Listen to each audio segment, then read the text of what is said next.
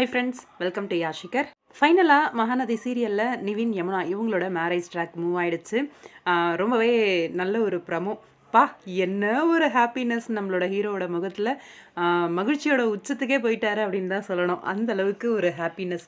ஏன்னா நிவினை இந்த பிரச்சனையிலேருந்து எப்படி வெளியில் கொண்டு வர்றது, அதாவது காவேரி நம்ம செஞ்சு வச்ச அந்த குளறுபடியிலேருந்து நிவினை எப்படி வெளியில் கொண்டு போகிறது அப்படின்ற மாதிரி யோசிச்சுட்டு இருந்தவருக்கு ஒரு தொக்கா ஒரு விஷயம் என்னென்னா, காவேரியை அதிலேருந்து வெளியில் கொண்டு போகிற மாதிரி ஒரு விஷயத்தை பண்ணவும் அப்படி ஒரு சந்தோஷம்.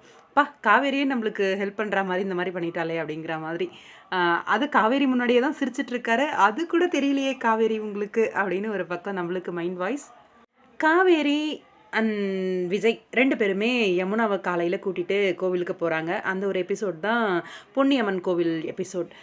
விஜய் மட்டும் தனியாக உட்காந்துருக்க மாதிரியான ஒரு பிக் வந்து ஷேர் பண்ணியிருந்தாங்களே, தனியாக இல்லை, அவங்களோட அசிஸ்டண்ட்டோட உட்காந்துருக்க மாதிரியான ஒரு பிக் ஷேர் பண்ணியிருந்தாங்க, பார்த்துருப்பீங்கன்னு நினைக்கிறேன். அந்த ஒரு பிக்கு நிவின் அங்கே வருவாருன்னு தான் நினைக்கிறேன். வந்துட்டு எனக்கு இந்த கல்யாணத்தில் இப்போதைக்கு விருப்பம் இல்லை அப்படின்ற மாதிரி சொல்லலாம்.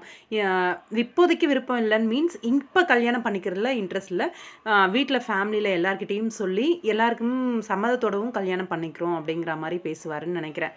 நிவினோட இந்த மனமாற்றத்துக்கு என்ன காரணமாக இருக்கும்? காவேரி ஃப்ராங்காகவே சொல்லிட்டாங்க, என்னோட லைஃப்பில் நீ இனிமே கிடையாது, நான் அதுலேருந்து மூவ் ஆன் ஆகி வந்துட்டேன் நிவின் அப்படின்னு சொல்லி தெளிவாக சொல்லிட்டாங்க. அதே மாதிரி இந்த இடத்துல வந்து நம்மளோட விஜய் அவர் வந்து காவேரியை விரும்புகிற மாதிரி ஒரு சில சூழ்நிலைகள்லாம் அவரே காமிச்சிட்டாரு. எனக்கு மட்டும்தான் மச்சினுச்சு அப்படிங்கிற மாதிரி, அப்புறம் காவேரியை ரொம்ப கேர் பண்ணுற மாதிரி நிவினோட எதிர்க்கவே இந்த விஷயங்கள் அவருக்கே புரிஞ்சிருச்சு. காவேரியை வந்து விஜய் விரும்புகிறாரு அப்படிங்கிற மாதிரி.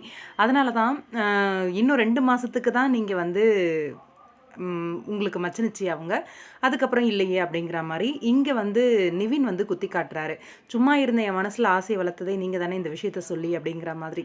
அதனால் விஜயோட மனசுலையும் காவேரி இருக்கிறத வந்து நல்லா தெரிஞ்சுக்கிட்டாரு நம்மளோட நிவின்.